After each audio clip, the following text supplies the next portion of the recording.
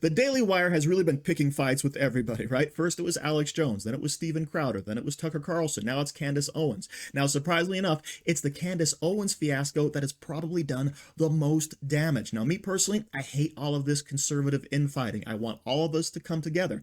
However, does this serve a purpose? Absolutely. It really exposes people's core beliefs, what they really think about things. Now, of course, the whole situation with Candace Owens is really strange because she actually worked for Daily Wire, and then she was fired by Daily Wire, and then they were going to have a debate at the Daily Wire, and all of this was, of course, over conservatives or lack of conservative support after the attack from Gaza. Now, all of this is actually going to be discussed in a very succinct way by Patrick Bet-David and Tucker Carlson. Let's go ahead and check this out. But before we do, please like and comment this video. It really helps me break through the algorithm. Let's get to it. Let's go to conservative side. On the conservative side, you got Daily Wire that they're dealing with, whatever happened between Candace and Ben, which has been a problem that they've been trying to clean up, whatever the reasons are behind it. That's, the landscape of what the decision-making process, you kind of saw a few different things. Everybody, whether it's from October 7th, specifically from October 7th is a place to go. Everybody you can tell, like if we're living in LA and we're trying to find out what gang everybody is in, okay, those guys are MS-13. These guys are Blood. They're Crip. They're this, they're that. You all of a sudden saw, okay, these guys are Israel above all. These guys are conservative above all. These guys are debate above all. These guys are discourse above all. This is curiosity. This is built on pure money and profit and wanting to sell and be a SPAC and go on the stock market and sell, and I'm a billionaire. No problem. But what you did filter out in the last, it was accelerated. It was like, boom. We learned about everybody in 6 months. Yeah. From October 7th. It was everybody got exposed. And now they're trying to backtrack. Well, no, not really. Well, no, not really. Well, no, not really. And that, well, no, not really is going to be tough because you have to maneuver through a lot of the stuff that you said in the last 6-7 months, and the market's going to hold everybody accountable for what you said. Those clips are not going away, right? So, okay, if you caught that right there, Patrick Bet-David is talking about SPACs, those special acquisition companies that bring smaller corporations, etc., to the stock market. Now, if they're able to do that, people actually stand who own the stock, who own the company, to make millions, if not billions of dollars. And it really seems like Daily Wire is positioning itself to be one of those SPACs, right? To be brought to the stock market so people can actually invest in their corporation. Now, all of this stuff with Candace Owens, of course, could put a slight damper on that because, in my opinion, it really has exposed Daily Wire as a corporation that is kind of just interested in money, all right? They're not necessarily interested in fighting the fight for conservatism, right? Beating the libs, beating the left, beating the communist, socialist, globalists, right? They're really just concerned about spreading their influence and making money. Now, don't get me wrong. I still like the Daily Wire quite a bit. I think that bringing out family-friendly Judeo-Christian value cartoons to kids is a great idea, right? To compete directly with Disney Plus, that horrible woke organization. I think that's wonderful.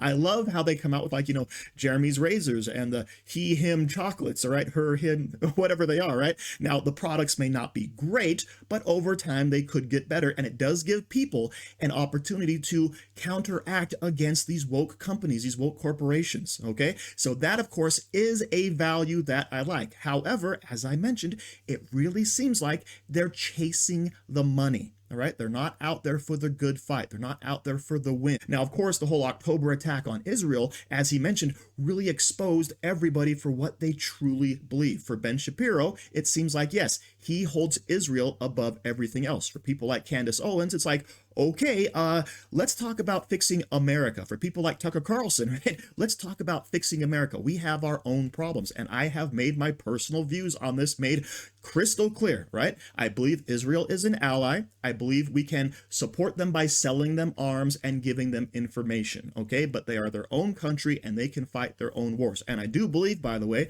that Israel should be allowed to just completely destroy Hamas, okay? 100%, okay? But all of that is very interesting from a conservative perspective in terms of what's happening with the business and how Daily Wire's kind of shot themselves in the foot. So what's their future look like? Who specifically? Daily Wire. Daily Wire. What's their future look like? I don't know. I don't know their board. I know they have the factoring of fracking guys, the oil billionaire guys, that based on what I hear from people, they're Jews for Jesus and good guys. You have to sit there and ask yourself, okay, if you make this decision the way you did, no problem. We'll support your decision. Is there a board in Daily Wire? I don't know.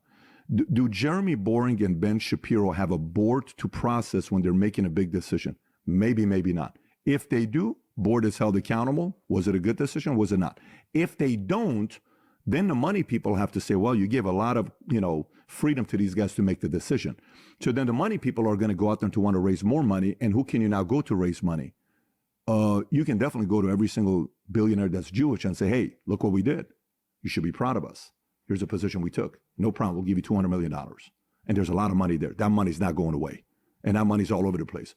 So if somebody is pro-Israel and there's a lot of money there, that's an unlimited access to money. So I don't think that's going to go away. People are like, oh my God, Daily Wire is going to go. No, they're not. They got money. And there's plenty of people that are going to back them up. Then you have to see who backs them up.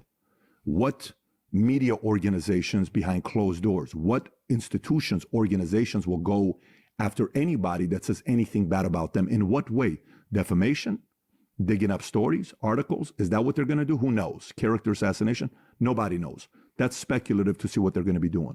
So it sounds like you're saying that October 7th split the right. In a big way.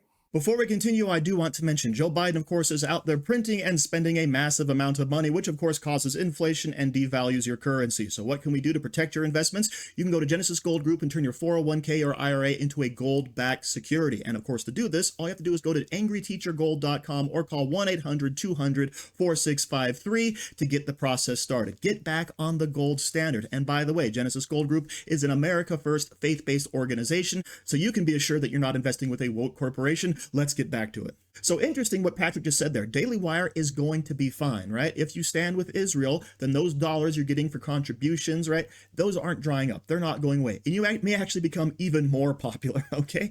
However, how do they proceed afterwards, right? Are they going to have defamation suits? Are they going to attack companies and corporations? Are they really going to go after them for not being, pro-Israel enough or not conservative enough, etc., okay? That would really, in my opinion, only hurt their brand further. So they're probably better off just kind of laying low. You want to be pro-Israel? Fine, go ahead. Be pro-Israel. Nobody cares. But you want to talk about America First politics. That, of course, is the big issue because we are suffering up in this hizzy, right? In a big way. In a big way. In a big way. Massive way. And imagine what Lincoln Project did to 2020. Where, we had all these guys on, and then the reports came out, this guy's pedophile, that guy's this. It was just a complete mess when we, when we had this conversation. One of the most fieriest one we had.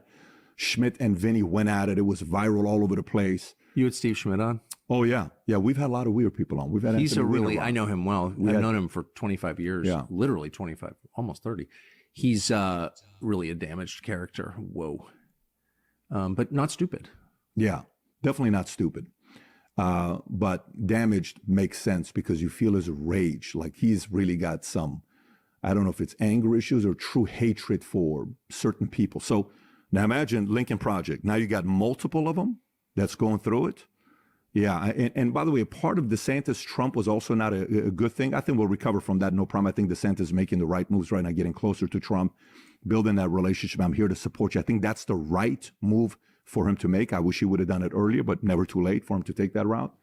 But I think why didn't he get the nomination for VP or for what for president? Oh, I think he ran for the Republican nomination. No, I listen. I think there was a. Is that a dumb question? No, listen. I said this. To me, he's not a alpha to be a one. He's a flag carrier. Yep. And sometimes flag carriers. That he needs to go read the book 48 Laws of Power. I don't know if you read the book 48 Laws of Power. He needs to go read 48 Laws of Power by himself. Don't tell anybody about it. If he sees this, okay, he needs to go read 48 Laws of Power and realize the number one mistake DeSantis made is law number one. That's all he needs to do. That's all I'm going to say. What's law number one? Law number one is never outshine your master.